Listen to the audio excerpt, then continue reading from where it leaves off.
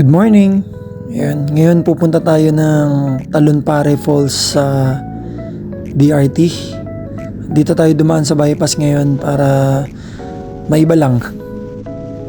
Gusto ko lang din i-check kasi dito kung marami bang truck. So yun, dito tayo dumaan sa Casio Bay. Yan yung one garage. Tapos baybayin na natin to hanggang makarating tayo doon sa kanto ng San Ildefonso. Ito yun, ang tawag dito ay Sapang Putik. Pag diniretso mo yan, papunta na yung San Miguel, Gapan, papunta na Nueva Ecija.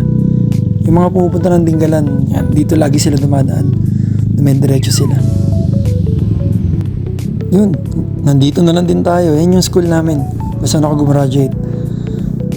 University na siya ngayon. Laki na ng pinagbago. Mas lalong gumanda. Solid.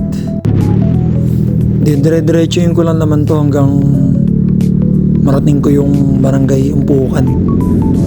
Shortcut daw to eh. Yun, ito na yun. Yung arko ng barangay Umpukan. Pag nakita nyo yan, nasa tamang daan pa kayo. Tapos ayun, after ng boundary, yan ang view. Bukid. Ang bango. Tapos pag dulo niyan, ito. Mag-U-turn tayo. Pag diniretso yan, hindi ako sigurado kung saan makakarating. Pero sinusundan ko lang naman yung mapa natin. Medyo naantala lang tayo kasi merong bumubuhay ng truck. Tapos nung dumiretso yung motor, suminyas naman siya sa atin na pwede naman tayong dumiretso. So diniretso ko na yan. Gaya lang natin si kuya. Tapos yun, nabadaanan ko na yung Akle, San Ildefonso. At ito yung gawaan ng semento. Laking pabrika niya, nakakalula. Malapit. Okay. Tapos ito na yung bayan ng Akle. Yung sa kanan, yan yung pagkagaling ka ng Norsagaray, Santa Maria. Tapos nag-U-turn. Pero tayo ngayon, dediretso tayo. At ito, dinadayo sa DRT.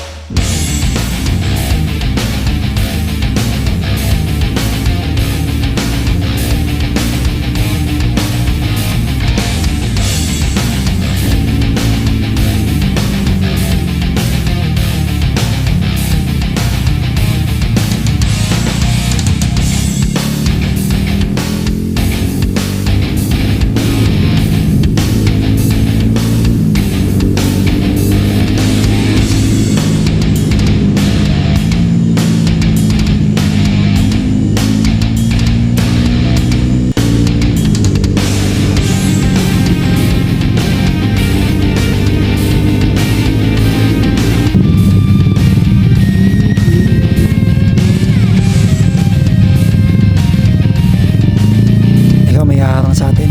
Wait lang. Ano? Talonpare po kayo. Oo. Dire-diretso lang po yan. Dire-diretso lang tapos?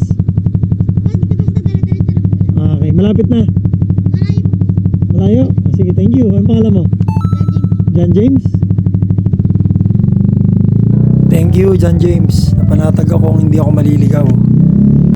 Pero di mo sinabi, may ilog pala dito. Kaya naman yata. Unti-unti. Wala masyadong tao eh. May mga nag-iigib lang. Pero binati mo sila, batiin ka nila, tapos tatanungin ka nila kung saan ka pupunta. Pagdating ko dito, inasikaso agad ako ni ate. Hiningan ako ng ID para sa logbook. Okay. Tapos 300 yung tour guide. Required kasi.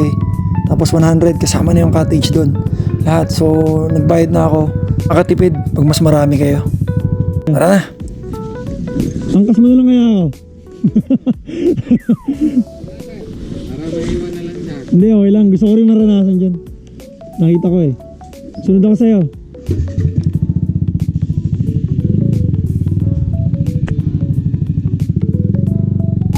Yan. Sundan na natin to. Si Kuya Marvin Villarin. Pwede nyo siyang i-request pagkadating nyo dito. Solid siya. Sama ko lang. Sige, habantay ko. Lakas ng motor mo ha. Di ba lang, sanay na yung ano, no? Sanay na yung shock mo. Bumabaon pa rin. Yun. Ano yung ulo na yan? Pag ganyan-ganyan lang yan.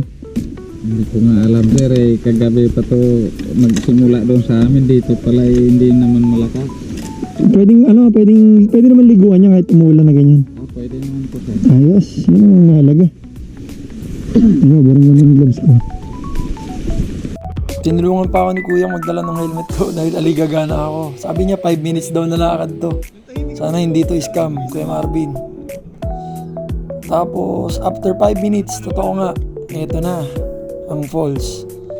Maghanap na ako ng cottage. Si Kuya Marvin na rin ang naghanap para sa akin. At napili niya yun, yung kaharap ng falls mismo. Simbalan ko na yung pagluluto. Siyempre, wala nang patupik-tupik.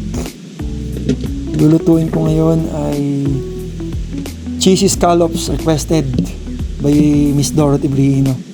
First time ko lulutuin to. Sana matino ang kalabasan. Pakinggan natin ng paligid, mga ibon, agos ng tubig.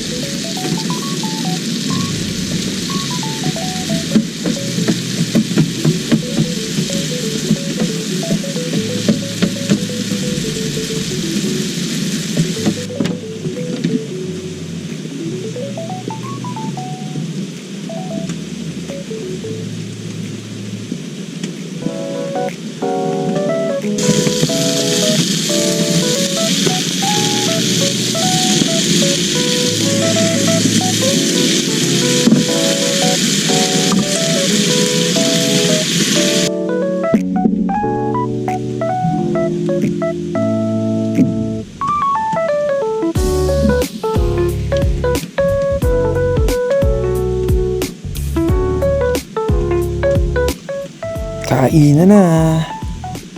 Bago maligo. Siyempre, terno natin ang kapihan. At panghimagas, tumulala.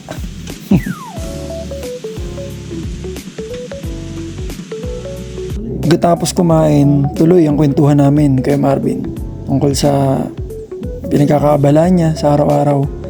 Tatanim daw siya ng sitaw at guyabano rito. Taga Dumaguete siya. Sarap kakwentuhan. Kasi yun, bigla nagdadatingan yung mga ibang turista. Medyo maaga kasi ako dumating eh. Kaya halos lahat nakikita ko. Nood muna ako dito ng mga dayo rin. Paano sila tumatalon dun sa sikat na talunan dito. Sinilip ko kung mataas. Mataas pala talaga. So paano? Kalas-kalas muna. Salamat sa pagsama nyo. Sa susunod na falls na lang. Hindi, joke lang. Hindi ako papayag. Para sa inyo to. Wala na ako.